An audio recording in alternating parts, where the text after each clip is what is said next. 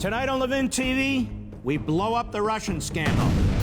Vladimir Putin, the Russians, did not pick sides in this election. Fusion GPS was the firm that put out that dossier on Trump. And this has been the agenda that is pushed and pushed and pushed. The problem is it's not true. What you need to understand about the Russians is there is no ideology at all. Vladimir Putin is in the business of trying to create chaos everywhere. And it all starts now. This is where freedom rings. If you believe in America, if you believe in the Constitution empowers us. It's a new day. America's back. America's back, and America's going to get strong again. We're going to defend America, and we're going to defend our interests. Liberty's voice, Levin TV. Hello, America. I'm Mark Levin. This is Levin TV on CRTV, Conservative Review TV. It's time to bust this Russian thing open. No. It's time to bust the Russian thing open. I've been talking about this on the radio for some time, and we've put together today's program so we can really crystallize what's taking place and what needs to take place. You see, ladies and gentlemen, it's my contention that Vladimir Putin, the Russians, did not pick sides in this election. Some have argued that he helped or wanted to help Trump. Some have argued he wanted to help Hillary. No, that's not it at all. They just want to disrupt America. And I'm convinced of this. That's why I've always said, yes, they sought to interfere in the election, but no, they were not successful in determining the outcome.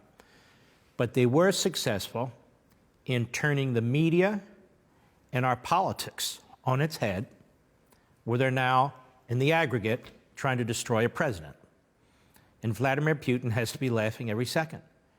While he muscles up, while he makes deals with China, in Iran, and North Korea, while China muscles up and does exactly the same thing, so does Iran and Korea. We're now, as a nation, distracted, not because you and I want to be, but because day in and day out, CNN, the Washington Post, the New York Times, and all the rest of them are pushing the Russian agenda. And what's the Russian agenda? It's what's going on right now.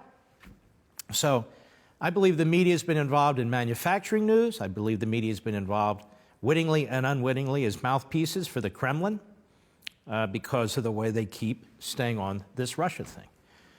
But I want to bring a new piece of this to you, which I think will help focus us in.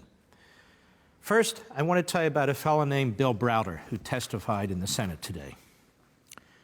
Bill Browder, according to Bill Browder himself, is the founder and CEO of Hermitage Capital Management, which was the investment advisor to the largest foreign investment fund in Russia until 2005, when he was denied entry to the country and declared a threat to national security as a result of his battle against corporate corruption. Russia is a thoroughly corrupt country, thoroughly corrupt government. Putin is worth billions of dollars, and he has stolen it. So if you play with Putin, he'll take care of you. If you oppose him, he'll take care of you in a different way. Following his expulsion, the Russian authorities raided his offices, seized Hermitage Fund's investment companies, and used them to steal $230 million of taxes that the companies had previously paid. So they raided the office and raided their accounts. When Browder's lawyer, this is important, Sergei Magnitsky, investigated the crime, he was arrested by the same officers he implicated, tortured for 358 days, and killed in custody at the age of 37 on November 2009. Since then, Browder, who's an American, has spent the last 5 years fighting for justice for Mr. Magnitsky, his lawyer. The Russian government exonerated, even promoted some of the officials involved, so Browder took the case to America, where his campaigning led to the U.S. Congress adopting the Sergei Magnitsky Rule of Law Accountability Act in 2012. Now, that imposed visa sanctions and asset freezes on those involved in the detention, ill treatment, and death of Sergei Magnitsky, as well as in other human rights abuses. This law was the first time the U.S. sanctioned Russia in 35 years and became the model for all subsequent U.S. sanctions against Russia. Browder is currently working to have similar legislation passed in Magnitsky's name across the European Union. He's from Chicago, and he's 53 years old. Now, you have a background. Mr. Browder was supposed to testify in front of the Senate Judiciary Committee a day ago, but the Democrats blocked him with a sleazy parliamentary maneuver. They don't want to hear from Mr. Browder. But their parliamentary maneuver could only last for 24 or 48 hours. Mr. Browder has testified today. But I want you to hear some of this. It's very, very important. It's very intriguing if you listen to what he says, some of his testimony today. So let's check it out. Again, this lays the foundation. It lays the foundation for that dossier. Remember that dossier that the ex-British spy put together, Christopher Steele? Most of the information in that dossier came from the Kremlin, the old KGB, if you will. That dossier was used by the FBI. That dossier was used by the Democrat Party. That dossier was used by American media to try and destroy Donald Trump. See, this puts a completely different patina on all this, doesn't it? It kind of undermines everything the Democrats have been saying. But let's listen to this. It's actually very compelling. Go ahead. I'm Bill Browder. I'm the founder and CEO of Hermitage Capital Management. My firm was once the largest foreign investment advisor in Russia. In that capacity, we discovered massive corruption in the companies that we invested in. To fight that corruption, we started to research how the oligarchs went about doing the stealing in these companies, and then shared that research with the international media. In November of 2005, I was expelled from the country. I was declared a threat to national security in response to my anti-corruption activities. In June of 2007, my Moscow office was raided by 25 officers from the Moscow Interior Ministry. 25 more officers raided the office of my American law firm, Firestone Duncan. In those raids, they sought to get the stamp seals and certificates for our investment holding companies. And with those stamp seals and certificates, they were able to conduct a corporate identity theft. At that point, I hired the smartest lawyer I knew in Russia, a young man named Sergei Magnitsky. He was 35 years old, to investigate who did what and how we could stop them. Sergei went out, investigated, and came back with an astounding conclusion. The conclusion he came back with was that the purpose of stealing our companies was to try to steal our assets, which they didn't succeed in doing. However, they did succeed in stealing $230 million of taxes that we paid to the Russian government from the Russian government. And so we wrote criminal complaints to every different branch of the Russian justice system. I went to the newspapers, and Sergei gave sworn testimony to the Russian State Investigative Committee, which is their version of the FBI. And we waited for the good guys to get the bad guys. It turned out that in Putin's Russia, there are no good guys. On November 24, 2008, about 6 weeks after Sergei testified against a bunch of corrupt officials, some of the same officials he testified against came to his home at 8 in the morning in front of his wife and 2 children, arrested him, they put him in pretrial detention, and where he was then tortured to get him to withdraw his testimony. They put him in cells with 14 inmates and 8 beds and left lights on 24 hours a day to impose sleep deprivation.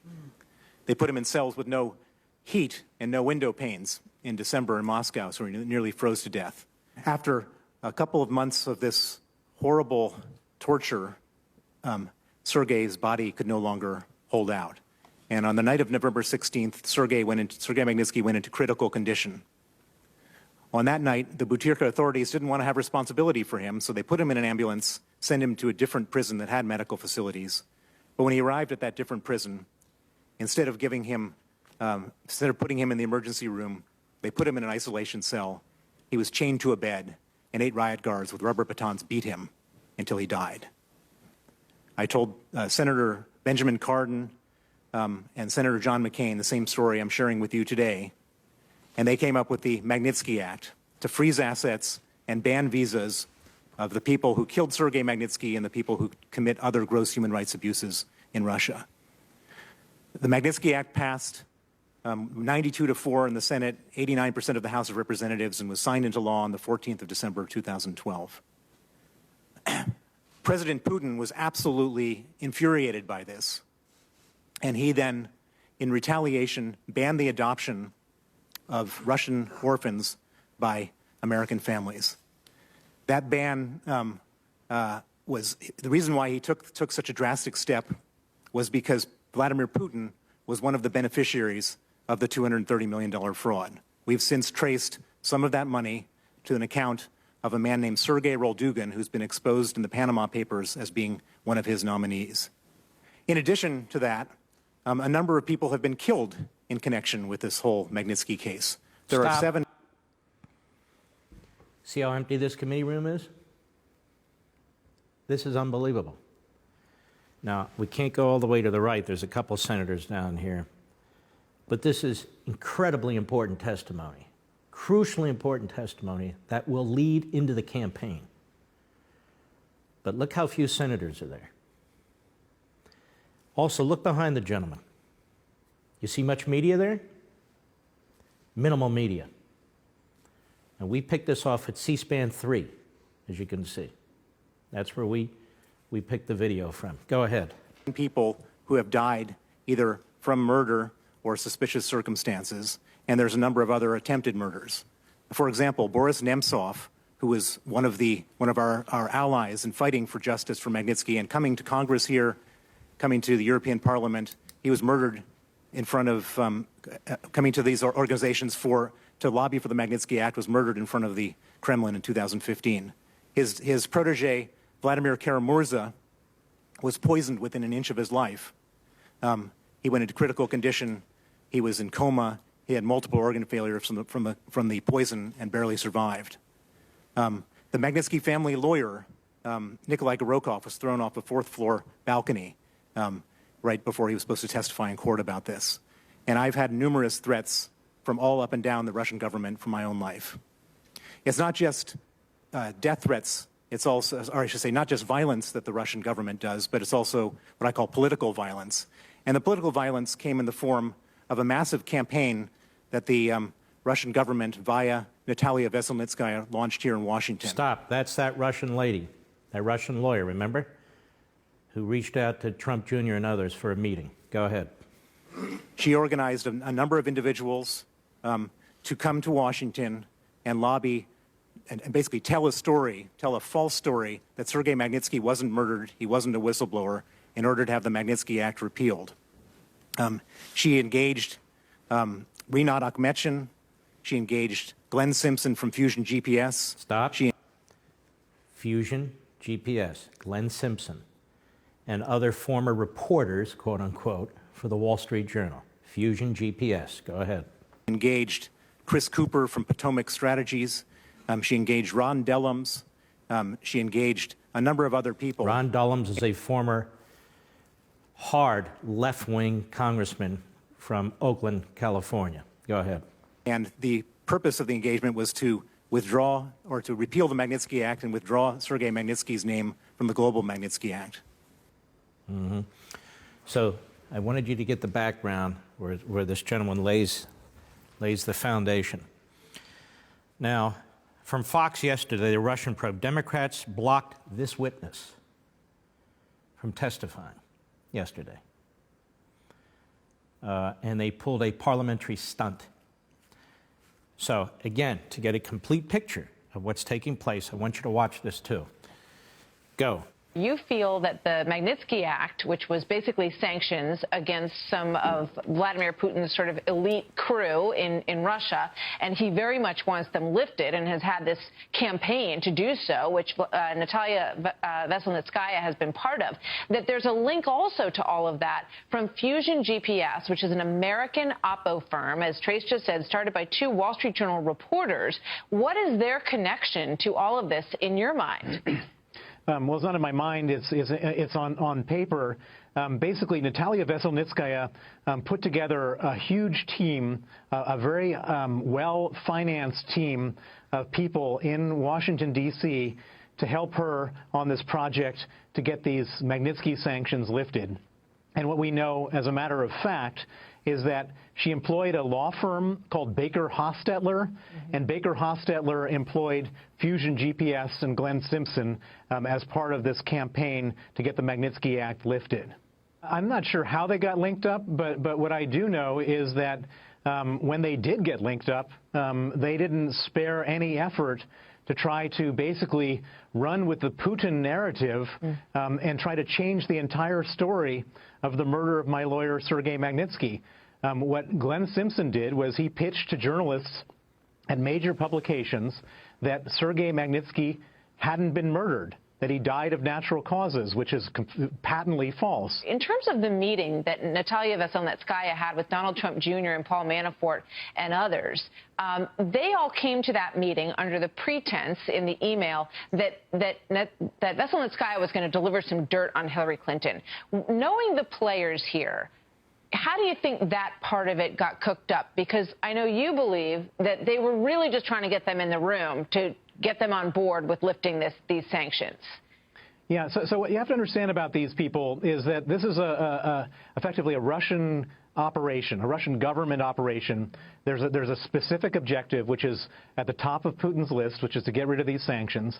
And they would have sat down for many weeks beforehand, and they would have been studying their target. In this case, the target is Donald Trump Jr. They try to figure out something that they could say, some offer they could make, some enticement that they could put forward, which would get him into a room or potentially into some type of deal. And so they obviously looked at what they thought was the most interesting thing that they could offer, and that was what they offered because they had something big they wanted in return. So, by the way, I'm sorry for slouching. I have a little sciatic nerve problem in my back. I'm doing the best I can. Now, so Donald Trump Jr. was essentially set up. She wanted to have a meeting, this Russian lawyer, and she gave a false story as to why they wanted to meet. They had information on the Hillary Clinton campaign.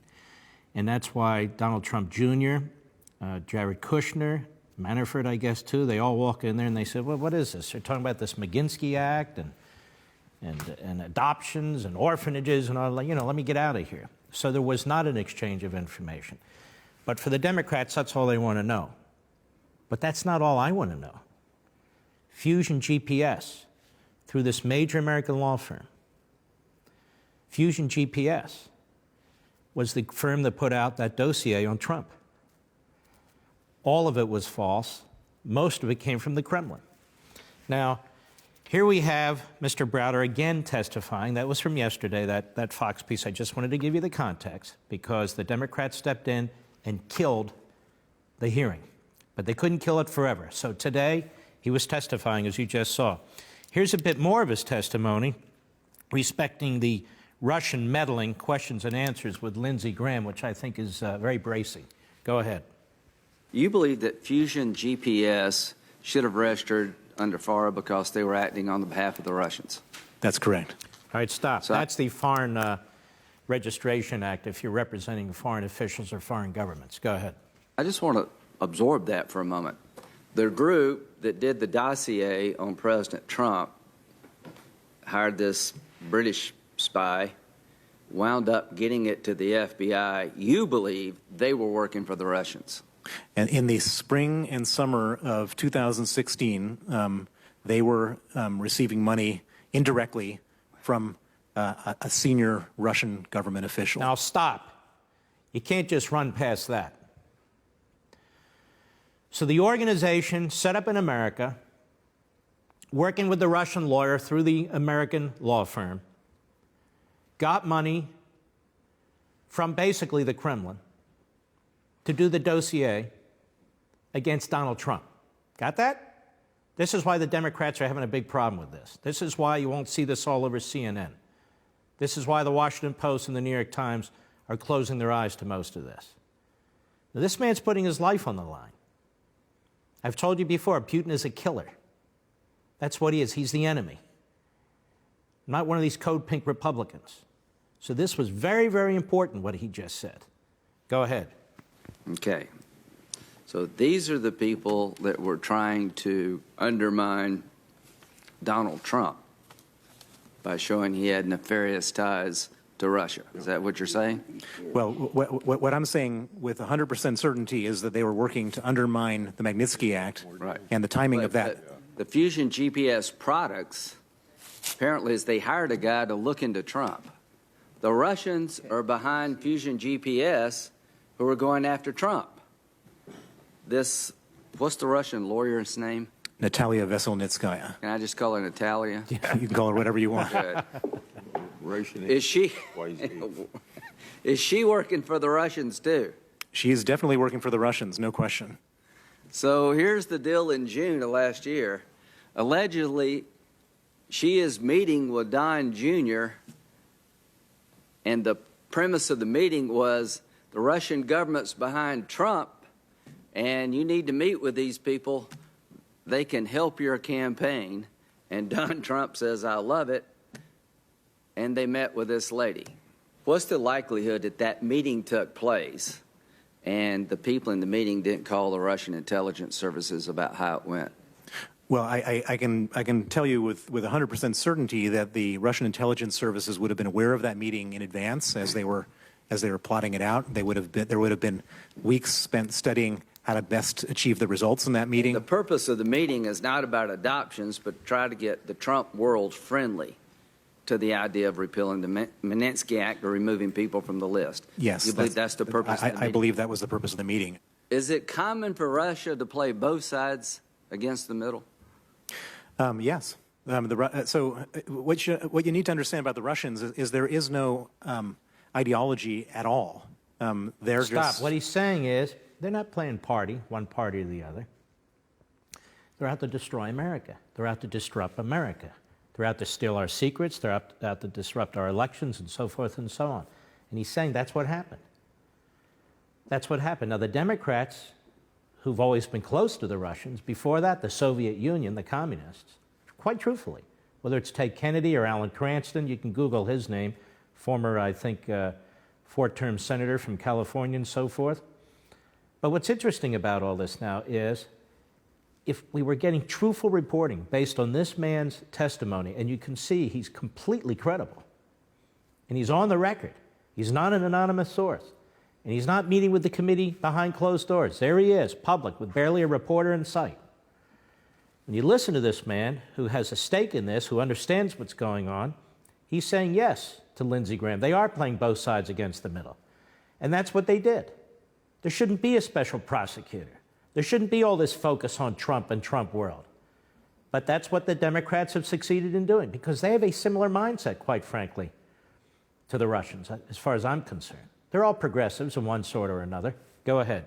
In the business of, Vladimir Putin is in the business of trying to create chaos everywhere. This is a big deal. This is a big deal. Now, what is Fusion GPS, and why did its founder, or why was its founder going to plead the Fifth?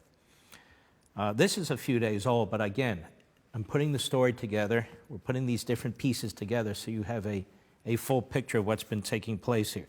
So let's go ahead and check that out. Go ahead. What exactly is Fusion GPS, and why isn't anyone talking about the founder now pleading the Fifth? Well, here with some insight is investigative reporter from Circa News, Sarah Carter. Sarah, good to have you with us.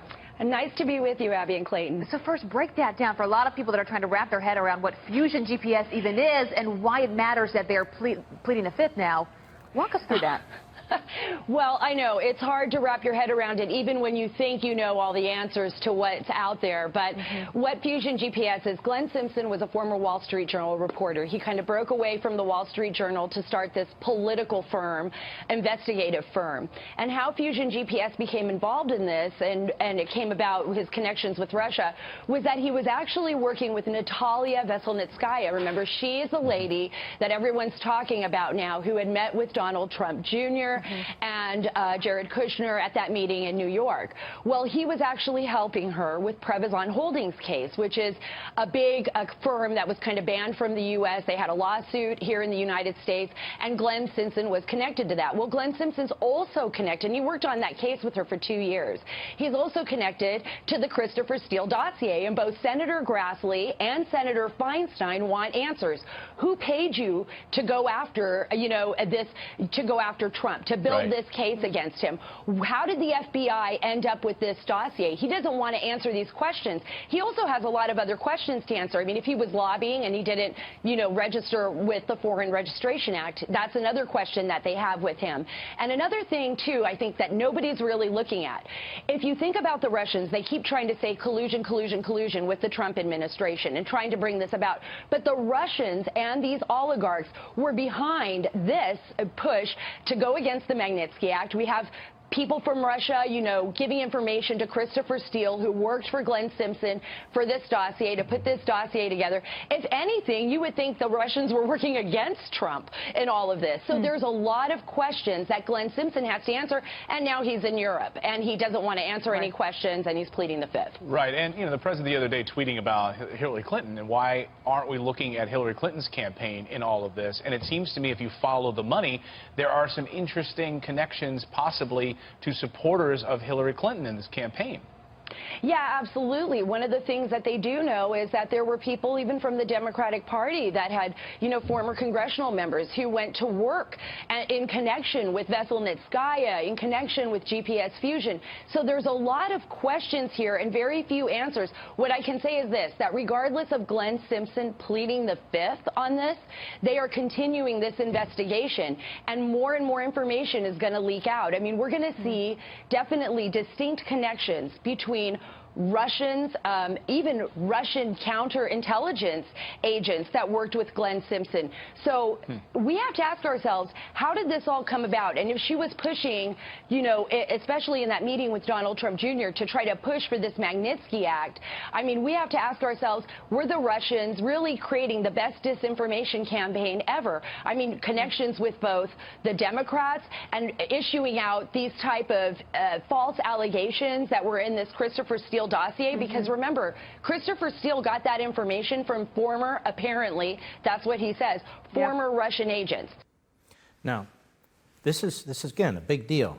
All these months, the Democrat narrative, the media narrative has been that the Russians were colluding with Trump. All we need are more investigations of Trump, his family members, Trump Towers, Trump World, Trump this, Trump that. It's just a matter of time. We have our special counsel now because, Comey was getting close, and then Trump fired him. Something's not right about that. Now we're going to investigate all the Trump family investments, their foreign investments, and we've hired 14 liberal Democrats who are prosecutors to work on this. And nobody better touch that Mueller. He's above reproach. And this has been the agenda that is pushed and pushed and pushed. The problem is it's not true. And the problem for the Democrats is the more we dig into this fusion GPS, the more we see that the affirmative steps taken by Putin and the Kremlin in terms of influencing this election were clearly directed, I think, at both candidates, but especially at Trump now. Especially at Trump now. And again, as I said at the top of the program, the Russians were interested in disrupting our election, just as they're interested in disrupting our military, just as they're interested in disrupting commerce in this country with cyber warfare and so forth and so on. And as Mr. Brower said, it's not that they're ideologically committed to one party or the other. They're ideologically committed to our undoing. But look what dupes the Democrats are. Look what dupes the media are. Month after month, month after month, the same propaganda and narrative from them, which is wrong. Which is wrong. Now, I want to go to a piece by Rowan Scarborough. This is from July 11th. As we piece this together, I talked about it on the radio at the time. Democrats intentionally used disinformation from Russia to attack Trump. Campaign aides, Washington Times. And Rowan Scarborough has been around a long time. He is a wonderful reporter. While the mainstream news media hunts for evidence of Trump-Russia collusion, the public record shows that Democrats have willfully used Moscow disinformation, this dossier, to influence the presidential election against Donald Trump and attack his administration. The disinformation came in the form of a Russian-fed dossier written by former British intelligence agent Christopher Steele. It contains a series of unverified criminal charges against Mr. Trump's campaign aides, such as coordinating Moscow's hacking of Democrat Party computers. Some Democrats have widely circulated the discredited information. Mr. Steele was paid by the Democrat-funded opposition research firm Fusion GPS with money from a Hillary Clinton backer. Fusion GPS distributed the dossier among Democrats and journalists.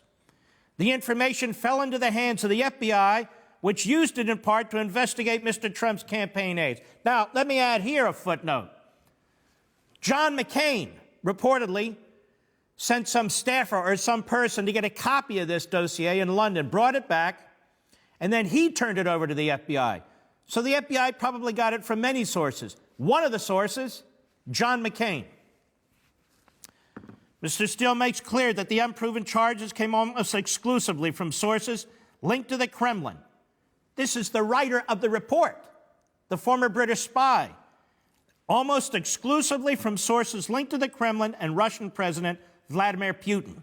He identified his sources as, quote, a senior Russian foreign ministry figure, unquote, a former, quote, top-level Russian intelligence officer active inside the Kremlin, unquote, a, quote, senior Kremlin official, unquote, and a, quote, senior Russian governmental official, unquote. The same Democrats who condemned Russia's election interference via applying fake news and hacking email servers have quoted freely from the Steele anti-Trump memos derived from creatures of the Kremlin, writes Scarborough.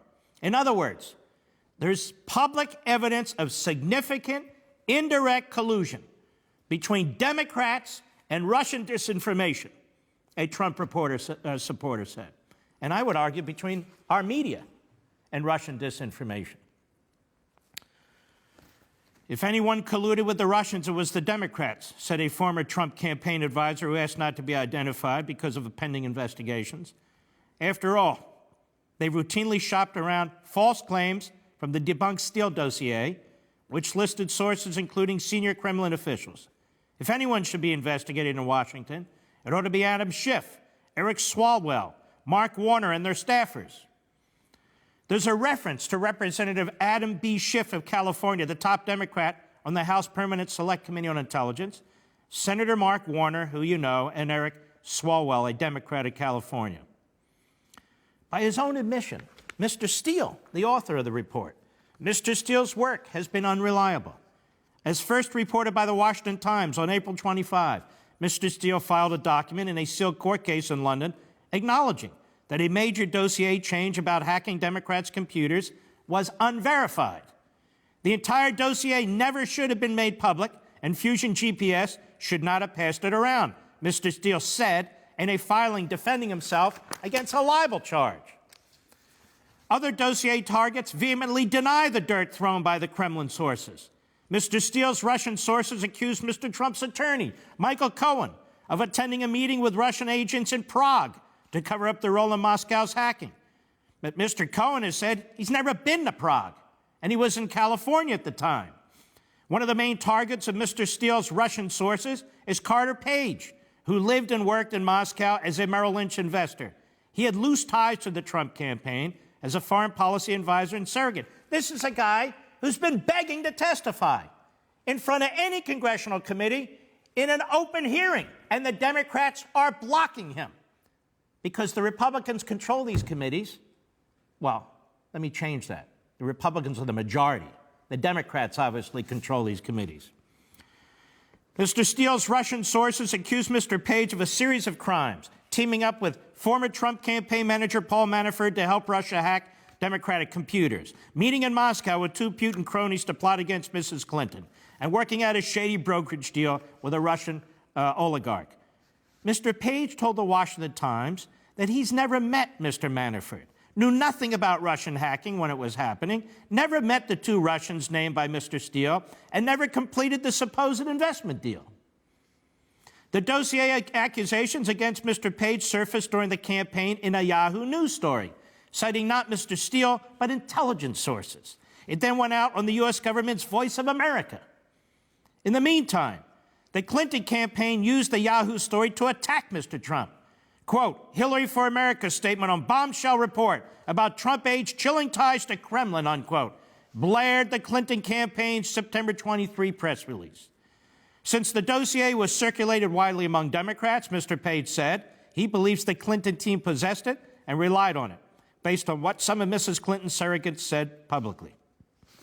But even before the Yahoo story, then Senate Minority Leader Harry Reid, Nevada Democrat, was using the Russian source dossier. On August 27, with the campaign in high gear and knowledge that Russian hackers had penetrated Clinton campaign computers in the public domain, Mr. Reid released a letter to then FBI Director James Comey.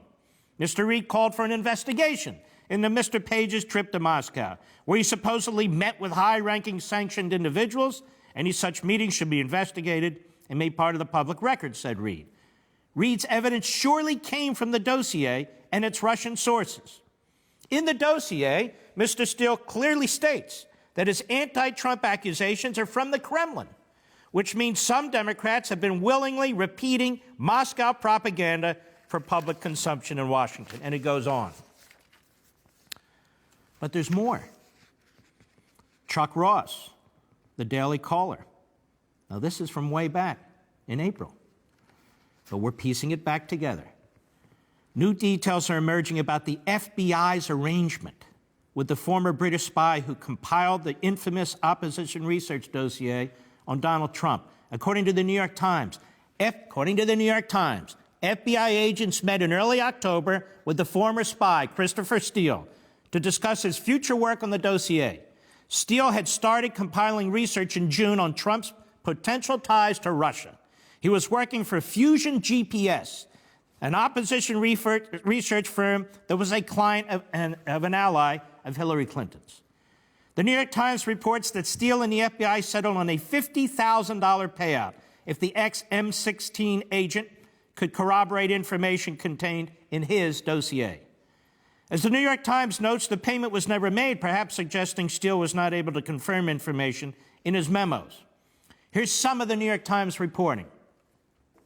Mr. Steele met his FBI contact in Rome in early October, bringing in a stack of new intelligence reports. One, dated September 14, said that Mr. Putin was facing fallout over his apparent involvement in the DNC hack and was receiving conflicting advice on what to do. The agent said that if Mr. Steele could get solid corroboration of his reports, the FBI would pay him $50,000 for his efforts, according to two people familiar with the offer. Ultimately, he was not paid. The report raises questions about the degree of confidence the FBI had in the dossier. And that level of confidence is important because the FBI reportedly relied on the dossier in a September application for a Foreign Intelligence Surveillance Act warrant against former Trump campaign advisor Carter Page. A federal intelligence surveillance court judge granted that warrant, meaning that the court agreed there was probable cause to believe Page was working as an agent of the Russian government. And you will also recall that same judge who issued that warrant on the request of the FBI, Mr. Comey. She would later condemn the Department of Justice for abusing that warrant, for abusing the authority that she conferred on them. You remember that? A July 19 memo from Steele's dossier alleges that Trump campaign used Page as an intermediary in a, quote, well-developed conspiracy, unquote, to help Trump during the election. The source of the claim has since been identified as Sergei Milyan, a Belarusian-American businessman who has a history of exaggerating his business ties. Another July 19 memo from the dossier alleges that Page, a low-level advisor in the campaign who never met Trump, met secretly with Kremlin officials and Igor Shekin, the president of Russian oil giant Rosneft, to discuss relaxing Ukraine-related sanctions against Russia. Page, an energy consultant, denied having the secret meeting, says he's never met the man. The Washington Post last month broke the news that the FBI made an informal agreement with Steele, who runs Orbis Business Intelligence in London. The Washington Post report said that the agreement between Steele and the Bureau fizzled out because the dossier, quote, became the subject of news stories, congressional inquiries, and presidential denials. Despite that claim, Steele's dossier was not publicly revealed for several months after his FBI agreement. The document was not published until January 10 by BuzzFeed News. Steele's last memo for the dossier is dated December 13. That memo makes several claims that are now the subject of a lawsuit against BuzzFeed. The memo alleges that a Russian tech executive named Alexey Gubarev operated a computer hacking network that targeted Democrats during the campaign. Gubarev denies the claim, and he's suing BuzzFeed for publishing the dossier with his name in it. Is that not unbelievable? I think it's unbelievable. Want more? The Weekly Standard. These pieces of information are out there. I'm pulling them together. We went back and we also looked at some of the information we needed to bring back forward. You saw some of today's testimony and some of yesterday's reporting, but I'm not done. Weekly Standard yesterday. As the Senate investigates allegations that elements of the Trump campaign may have been colluding with Russia, an interesting angle has emerged. Fusion GPS is the shadowy research firm that was commissioned by interests aligned with the Democrat Party to produce, possibly with the help of the FBI, the famed dossier containing some outlandish and disproven allegations on Trump's Russia connections. While Fusion GPS is now accused of simultaneously being hired to work for Putin's moneyed interests in the West, writes Mark Hemingway. Fusion GPS was apparently representing these same Putin-connected interests when they were involved in arranging the controversial meeting Donald Trump Jr., Jared Kushner, campaign manager for Trump, Paul Manafort, had with yabba dabba, yabba dabba, and yabba dabba do, including the Russian lawyer. Bill Browder is a financier, extensive history of dealings with Russia. You heard his testimony. And he talks about the documents that were seized. This is a big deal. Now, this is a multi-level scandal here. I would like to know what Mr. Comey knew and when he knew it. I would like to know the extent of his knowledge of this dossier, of Christopher Steele, of the Kremlin connection, all about it, what the FBI did with this document. We know one thing Comey did with this document. In his first meeting with Donald Trump at Trump Tower, he met one-on-one with Donald Trump, despite testifying subsequently, some point afterwards, that he didn't like meeting one-on-one with Donald Trump because, he felt Trump was giving him the arm. But that's kind of funny because Comey, the first time they met during the transition, wanted to meet with Trump one-on-one. And he goes up there and he confronts him with this dossier. And Trump has since said that he took that as a threat. Basically, the director of the FBI saying, look what I have on you. And given what we now know of Comey and his leaking and the keeping book on the President of the United States, selective memos and so forth, I think Trump's right. I think that's exactly what it was. Now, if this dossier had not become public, how could Mr. Comey and his lieutenants be duped by the Kremlin and Mr. Steele and this organization, Fusion GPS? They were well prepared to jump in with both feet. And yet they pulled back. They were well prepared, according to the New York Times, to pay money to get more. But then they pulled back, apparently. There's been a report, I think a week or two ago, that the FBI is still questioning people based on this dossier. Based on this dossier. So I would like to know, because since April, when this New York Times piece came out, people have been asking about the FBI and the FBI's role. Senator Chuck Grassley, the chairman of the Senate Judiciary Committee not long ago, said the FBI stonewalling him. Doesn't the FBI work for us? I mean, they claim they're independent from the president. What, they're independent from Congress? That's kind of dangerous. I'm not talking about the hardworking men and women of the FBI. I'm talking about the people who run it, like the acting director of the FBI, McCabe, whose wife is a Democrat hack, whose wife is close to the governor of Virginia, who wants to be president, and who's, in the case of McCabe, never recused himself when it came to Trump, and he should have. But there's a lot of questions here, ladies and gentlemen. The big scandal now, actually, there's several big scandals. First, it's the one we talked about in March. And that one we talked about in March was the domestic surveillance that was taking place in the Obama administration. The unmasking of American citizens. They claimed it was incidental to, the usual surveillance that goes on. It doesn't look like it was incidental in every case, certainly. And there was an awful lot of it, and there was an awful lot of unmasking and an awful lot of leaking. And these are during the Obama administration. We have the FISA court application that was approved, and we had the FISA court judge who was furious sometime thereafter, believing that the government the Obama administration abused its authority. And that's public, and that's very rare for something of that sort to be issued, because it's a secret court, and the judge's activities tend to be secret too.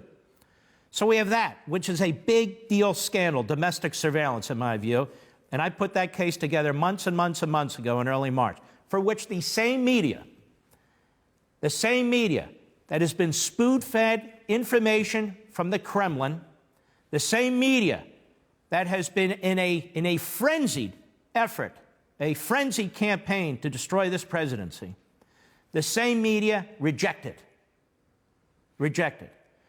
Now we go back to the dossier.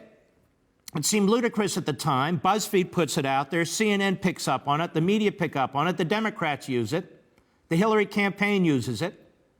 The FBI is intrigued by it, wants to pursue it, maybe even pay money for more of it.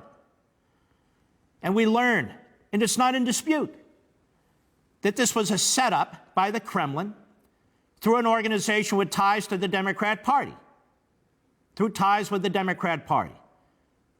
And so outrageous is the Democrat Party that we have a chairman of the House Intelligence Committee, Levin, who's bogged down in the Ethics Committee, which has split 5 Republicans and 5 Democrats, because the Democrats are slow-walking an ethics complaint that was filed against him by a group called CREW, which is a left-wing, essentially Democrat front group, in my view. We have that going on. We had an effort the other day, as I just said, to prevent Mr. Brower from testifying through a parliamentary ruse, although it turns out he was able to testify. We have the Trump family under attack. The president's son and the president's stepson for attending a meeting where they thought they would be getting information about the campaign of Hillary Clinton. They thought they would get it. They never got it. No information was exchanged. There were no national security secrets, nothing of the sort. And we're told that is absolutely unacceptable. Even some phony conservatives jumped in on that one. But it turns out it all links back to this Russia lawyer who has links to Fusion GPS, which has links to Mr. Steele, which has links to the Kremlin. Meanwhile, Carter Page, whose name's been thrown about all over the place by the Democrats, by the media, this man is begging for an opportunity to testify under oath. Any Senate committee, any House committee, they will not let him. The Republicans don't allow him to do it. He says he's been smeared by the Kremlin. No. So I ask you this. Who, in essence, is working with the Russians? Who, in essence, is benefiting from the Russian dossier? Who, in essence, is benefiting from the phony collusion issue? Who is benefiting from the special counsel investigation? The Democrats. Oh, and who else? The Russians. Because the President of the United States is having to deal with all of this. His administration is having to deal with all of this. At the same time, the Russians are on the move, and their allies. The Chinese, the Syrians, the Iranians, the North Koreans are on the move. If you have a chance, I hope you'll replay this program. I hope you'll give it a very good look. What I'm going to do, I'm making this executive decision right now, is we're going to put this program in front of the paywall so that the entire nation can see it. So I would ask you, my beloved subscribers, to send the word out, and we will do the very best we can to do exactly the same thing. A couple other points. We'll be having one of our Facebook Live sessions on Monday at 3 p.m. Eastern. I get very excited about this. Keep an eye on Levin TV Facebook for updates on that, but it'll be Facebook Live on Levin TV Facebook, 3 p.m. Eastern Time on Monday.